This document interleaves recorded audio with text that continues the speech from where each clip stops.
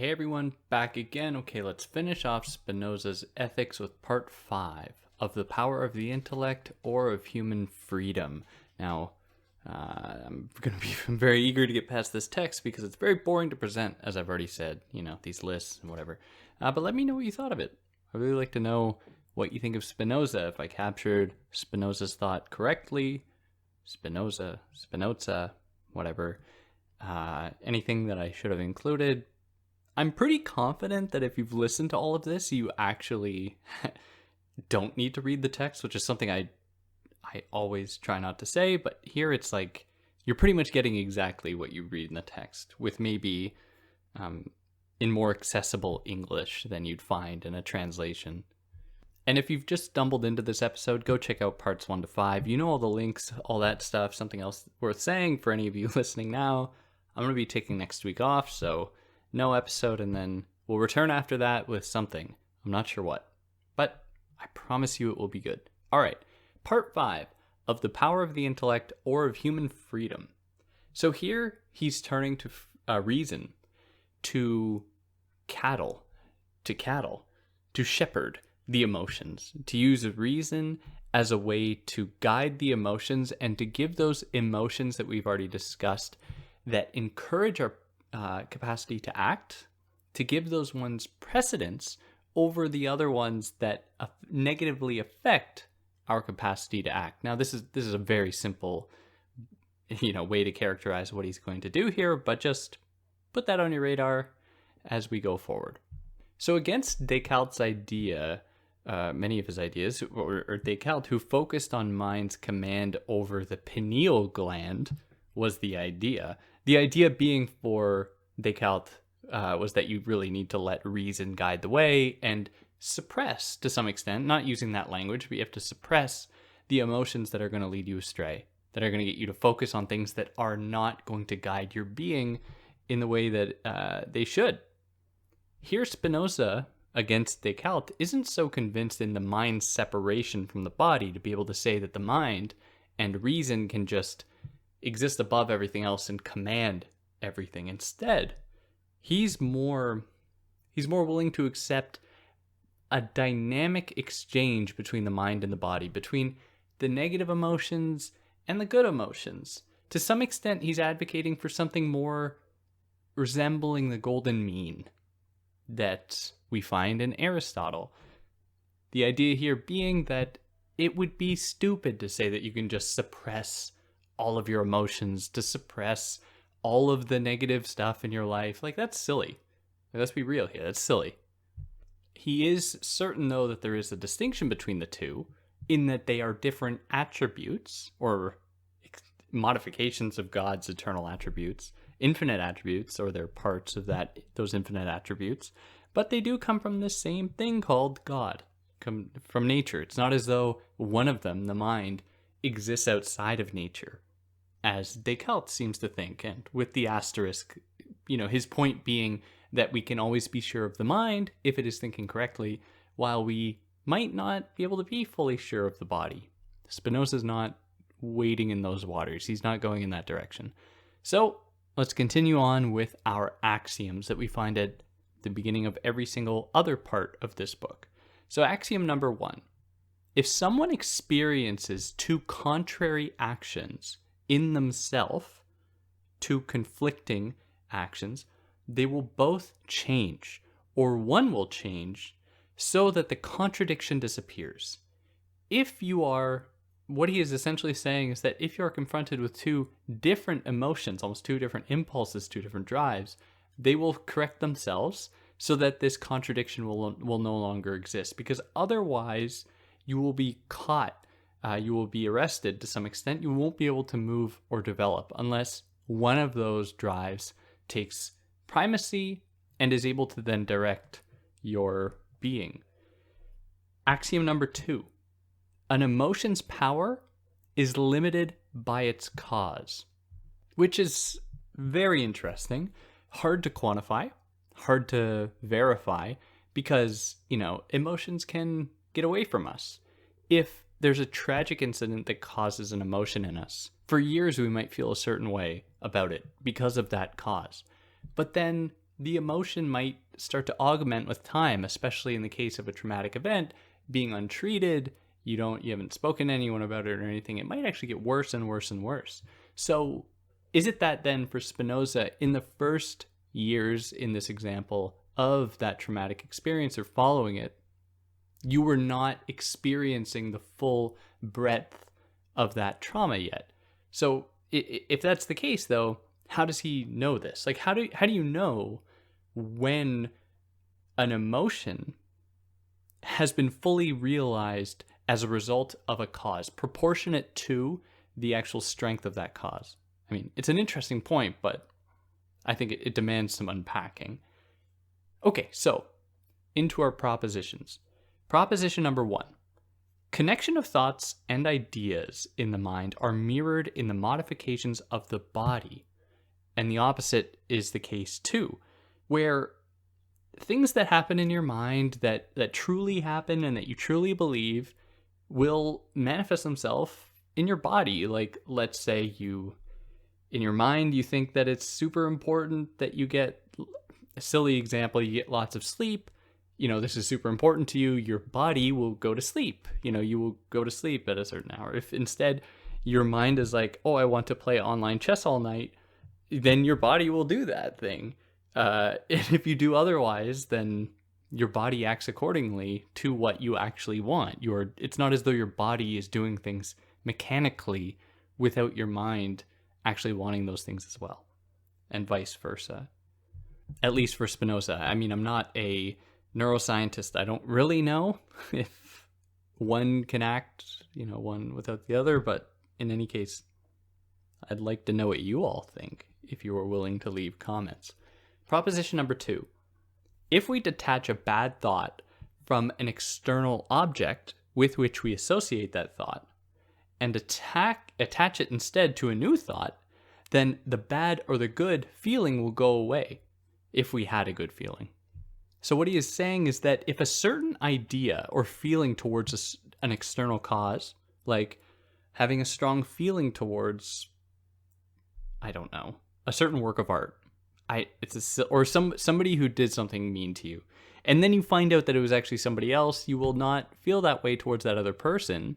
You will then feel it towards this new person, which seems simple enough. It makes sense. Proposition number 3. An emotion will cease to be a passion as we better understand it. So a passion being one of those things that is without our control. It is something that drives us that we don't have full control over. But as we begin to understand it more, understand its place in our lives, why it resonates with us, why it makes sense to us, then we can begin to take command over it. Like, if you love playing online chess all the time and you lose hours of, I don't know why this exists, and you lose hours playing online, I'm a chess fan. I like watching people play chess. I don't play it much myself, but if you enjoy playing online chess and you become like addicted to it, like a lot of people are with video games, maybe understanding why you love it so much will be a way for you to take control of it so that it's not taking control of you. Like, learning that maybe your love of the game is not actually about the game itself, but about vanquishing other people, about feeling bigger or smarter than other people in the case of online chess. And then, I don't know, but I'm just an example. Number 4, proposition 4. There is no body modification that we can't develop a clear idea of, because we have to be able to make some sense of it. Otherwise, like, why is it there? It has to have some kind of reason, even if it's, explained evolutionarily through various developments in nature. Number 5, an emotion towards imagined object is greater than an emotion to a necessary, possible, or contingent thing.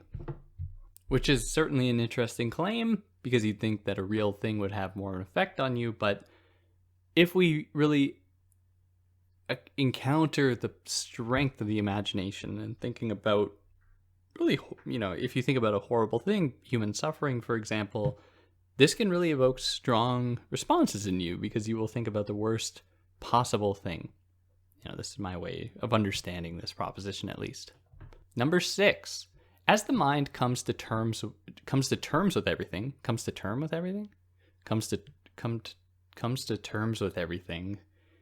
Wow. I don't know. Comes to terms with everything's necessity, it will increase its control over the emotions. That is to group, in his words. This is like the capacity to group everything into the infinite chain of cause and effect. Because once you find purpose in things, you find the meaning in things and their necessity, it can certainly give you some degree of peace in understanding the order of the world and the universe, which is a very, very peaceful thing, knowing that everything follows this law, the law of cause and effect, and nothing is truly random. Proposition 7. Emotions from reason are greater than emotions related to individual objects which we contemplate as absent. So in his words, reason always deals with common properties. So this makes sense. The emotion that comes from reason would be greater than emotion towards individual objects that we're perceiving as being absent, as not being around us. Or more in his words, or his idea is that thought about things that are present, or thought about through reason, is a productive way of engaging with the world, whereas just thinking about something that is absent is more of a passive relationship with that thing. So the emotions towards them will be weaker as a result. Proposition 8. The greater number of causes for an emotion, the greater the emotion will be. So if, lots of things making you feel sad, you're going to feel even more sad. Proposition 9. If an emotion with many causes affects us, we will feel less strongly to each cause than if there were fewer. So, if there are many different things causing an emotion, then that feeling that you have towards those things is going to be spread out across those things, or the effect in the form of the emotion is going to be spread out across those things. So you will feel like not as strongly towards any of those individual things as you would if that emotion was caused by a singular object or a singular event or whatever. Number 10. So long as we aren't agitated by emotions that counter our nature, that go against our nature, we can align body modifications to the intellect. So this is to say that these would stop us from acting, and the better the connection between the mind and body, the less likely we be strongly affected by evil emotions.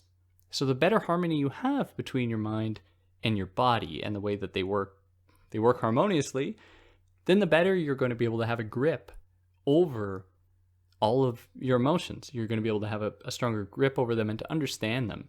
And there is, in all of this, it's what's coming through here is definitely that reason over emotions thing, which is problematic, obviously, but in any case, that's what he gives us. I feel like that's my catchphrase. In any case, that's what we got. So you just gotta accept it. Number 11. The higher number of things that we connect to an image or emotion, the more constant that image or emotion will be. So the more common and frequent, and therefore the more constant. Easy enough. Like the more we think about it, the more it comes up for us. It's just going to have more of a lasting effect. 12.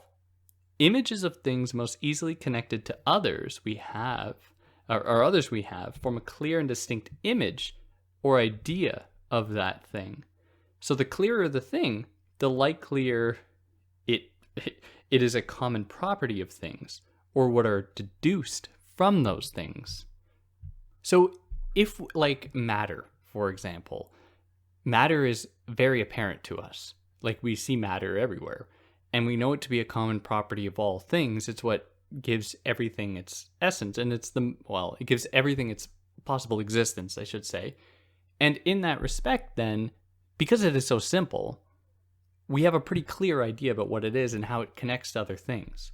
So, and we can extend this, I don't know, like screens, like a television screen, computer screen, or whatever. It's a silly example, but we have a pretty clear idea about what these things are, not necessarily how they work, but what they are.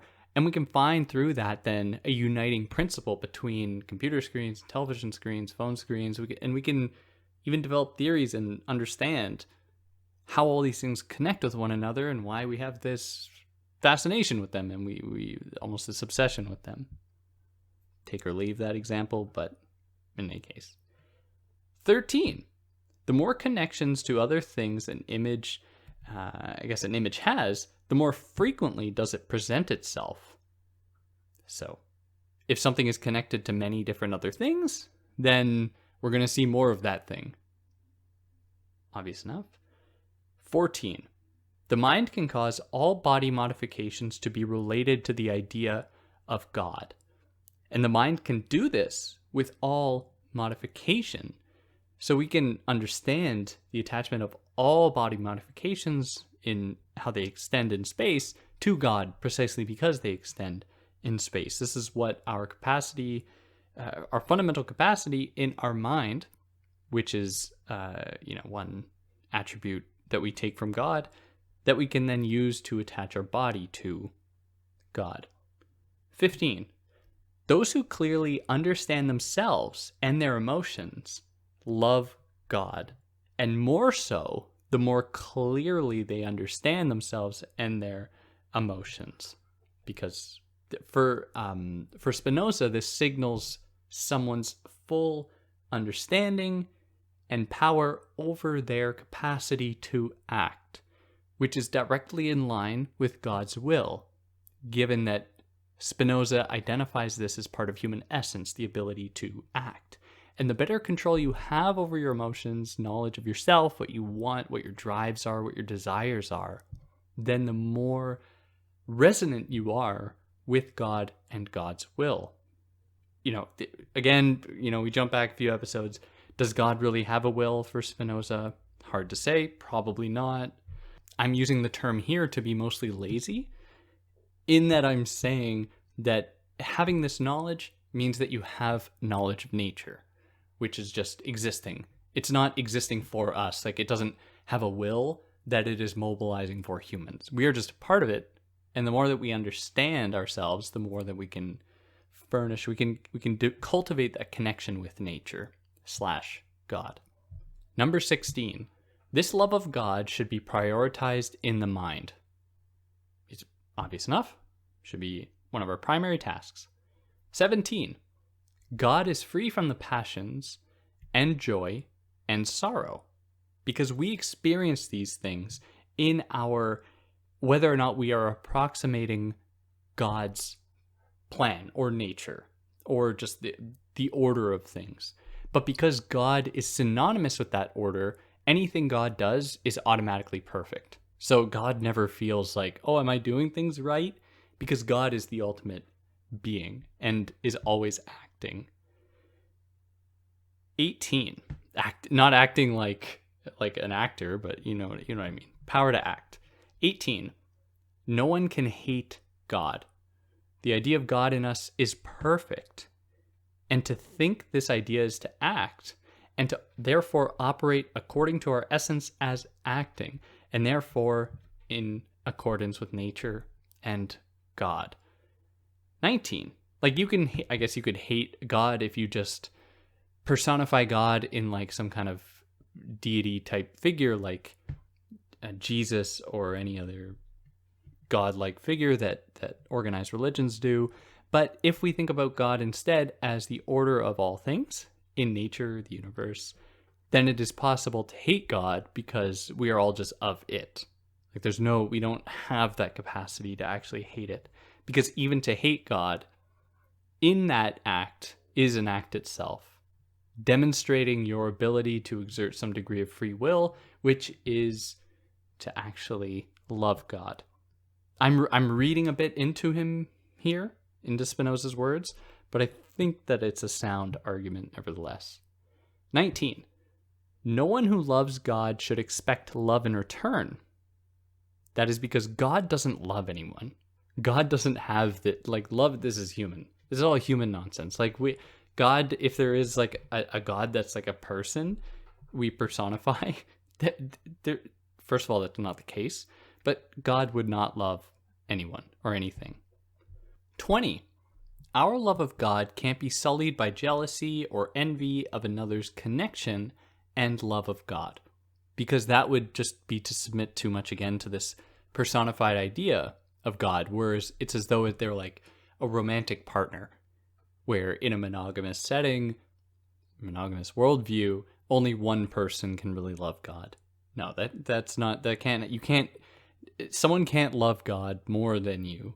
And so therefore, you can't envy someone for their love of God. You can if you follow like Christianity, and there's almost like different tiers of love of God, which is problematic, obviously. But you won't find that here in Spinoza. 21. Mind can only imagine while the body exists. Super interesting here. Against Descartes, like very big blow against Descartes here, because he's saying that the mind and the body are inseparable. We can't just be sure of the mind and think, oh, after death the mind will just go on. We can't be certain of that. Spinoza is more clear that the mind depends on the body to imagine, to recollect. I mean, the mind develops its capacity to think, because you think in words, you think in images, because of what our body has experienced. You aren't born with knowledge, innate knowledge about how to think or how to act in any way. You have to learn these things in your relationship with nature, and the ordering of nature that conditions us. And it conditions everyone very similarly in our natural capacities to adopt language, to perceive space and time, to borrow from Kant, to have engage in community. Like, these are things that all people do. I assume, language, space and time, and community. I don't know. I might be reaching here, but it seems like this is pretty necessary. Everyone does this. Okay, 22. God contains the idea of essence of humans, because this essence of humanity comes from God. It doesn't come from anywhere else. 23. Part of the human mind outlives the body. That is because it relates to God as eternal. Super interesting. Here we're getting into the real weeds of this issue here. Why is it only a part? What is this part? This part exists separate from the rest of the mind? Is this part somehow separate from the rest of the body? Is this the part that allows us to be able to have universal attributes among us all, like the ability to perceive space and time, to form community, despite the fact that we are all different people with different perceptive capacities, different experiences in the world? Like, I don't know. 24. The more we understand individual objects, the more we understand God. So this actually points to Proposition 25 from Part 1, that is, that God produces all things essences. So the more we understand individual objects, the more we understand God, just because everything is of God. 25. The highest, virtue of the mind is to understand things according to the third form of knowledge, which, if you don't recall, I think it was Part 3, he offers us three kinds of knowledge. There is the first one that's just like opinions or imagination, which is just falsity, like it's not proven. The second is reason, which is common knowledge of properties of things. And the third form of knowledge is the intuitive science and universal application of knowledge of God's attributes. So here he is saying, to jump back to the Proposition 25, that the highest virtue of the mind is to understand things according to the third form of knowledge. That is the intuitive science and universal application of knowledge of God's attributes. That's the highest form of knowledge. 26. The more the mind has adopted this third form of knowledge, the more it desires to use it, to use this knowledge. It will become obsessed with that knowledge because it is of the highest order. 27. Which is like, even just more broadly, if you learn things, it seems to me that people would tend to keep learning things. You're always learning things. because this is a very appealing thing. If there is anything that continues after you die, it's going to be your mind, and that, you're not going to bring your body with you, I assume. I have no idea, obviously. If there's anything, it's going to be your mind. And this is good justification to always be expanding it so that you can take as much with you as you can. But I don't know, maybe that's grim. 27. The third form of knowledge births highest possible peace of mind. It's obvious, because you become attuned with God's will, you become attuned to the order of things, to really the structure of it all, which is kind of peaceful, at least for me. Number 28. Third form of knowledge can only emerge from the second, not the first. So the second being reason itself, not the first that is just like opinions or imagination. So it must come from adequate ideas found in reason and not confused ones. 29.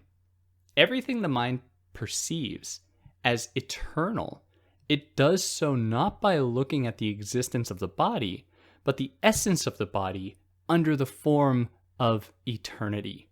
So, there's this is so much to chew on here.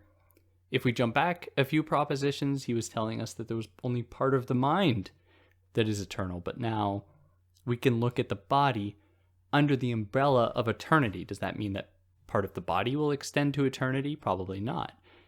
What seems more likely is that we can situate the body as being one part of an eternal materiality, or an eternal extension in space, and we are part of that, which is also very comforting to know, to always be a part of that. 30. Yes, 30. If our mind understands itself and our body under the form of eternity, it has a knowledge of God. That is because eternity is the very essence of God. 31. The third form of knowledge depends on the mind as eternal, as its cause. That is because only as eternity can it have knowledge of God. If we just thought of it as finite, then it wouldn't have any attachment to the eternal. And if God's not eternal, is there really any reason to follow God, to find solace in God? I don't know, there might be, but let me know. I don't know. 32. Everything from the third form of knowledge delights us, and God delights us, and this delight is accompanied with the idea of God as its cause, which is, we feel good when we embrace this kind of knowledge, which is, in his words, the intellectual love of God. 33. The intellectual love of God is eternal. It will never die. 34. Mind subject to passions just while the body exists. Or the mind is subject to passions just while the body exists. So afterwards, the mind will be totally in tune with the eternity of God, of nature, of thought as eternal, infinite attribute. And there won't be any, you won't have bodily drives that you're trying to satisfy or deal with. No more online chess. 35. God loves itself with infinite intellectual love. That is to say that God is the cause of itself as infinite. So God has infinite love of itself as eternal. 36. Our intellectual love of God mirrors God's love for itself because our mind, in his words, is part of the infinite love with which God loves itself. Seems fair enough. We are of God in thought, in being part of its infinite attributes, where thought is one of those attributes. So therefore we are part of this eternal love of God for itself. God being totally in harmony with itself. God always being perfect and us being a part of that. 37. Nothing in nature opposes this intellectual love of God, because everything in nature is of God. Nothing can truly oppose it. 38. The more things that the mind understands through the second and third form of knowledge, that is through reason and then through knowledge of God and God's attributes, the less this mind is subject to passions and the less it fears death, because it knows about the order of all things, the harmony of all things, the purpose of all things. 39. The more adaptable our bodies are to things, the greater our mind will be as eternal. So the more we experience with our bodies, the more our minds grow, which we talked about in a previous part. And therefore, the more we will grow in our relationship with God, and the more we will bring with us into eternity, at least. Yeah. But in his words, he says that a body fit for many things is least agitated by emotions. We always seek to strive to change through acting, to learn more, to experience more, to grow our bodies, to grow our minds. Number 40. The more perfect a thing is, the more it acts, and the less it suffers. The more it acts, the more perfect it is. So the more perfect, the more reality it possesses. The more knowledge it has of things, the more knowledge it has, therefore, of God, of God's ordering, of God's plan. 41. Even if we don't know what our mind is eternal, or that our mind is eternal, we should still be pious, religious, and strive towards the strength of mind and generosity. So this is to say that our primary virtue is our own profit, and this is maximized when others are also profitable, when they also partake. You cannot, as we've stressed in previous parts, for Spinoza, this doesn't happen alone. You must make it part of your job in the path of reason, or along the path of reason, to help others, because the more people that participate, the greater your own reason will be. And you don't just do it because it'll benefit you, but because of in the act of bringing together other humans, other thinking beings, and optimizing their capacity for reason, the more the pool of reason of all humanity and all the universe will grow, which is what we're really after.